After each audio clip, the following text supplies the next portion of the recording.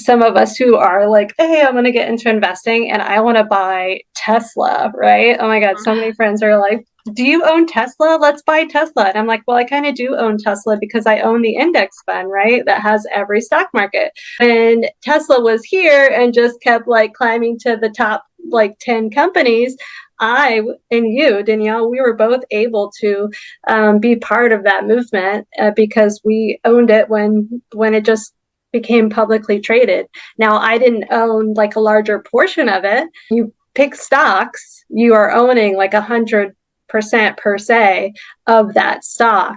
And in the index fund, I mean, when I buy one share, it's split up among that 1,000 companies.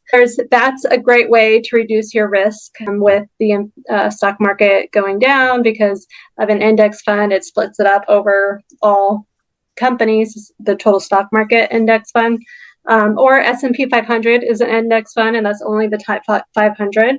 I know some people are wondering, what about international stocks? Everyone's, we hear this stuff on the news and just everyone tells us to buy this, buy that. When you own an index fund, those companies, for example, like Apple, is selling their product overseas. They are international. It's hard to find a company that's not international these days.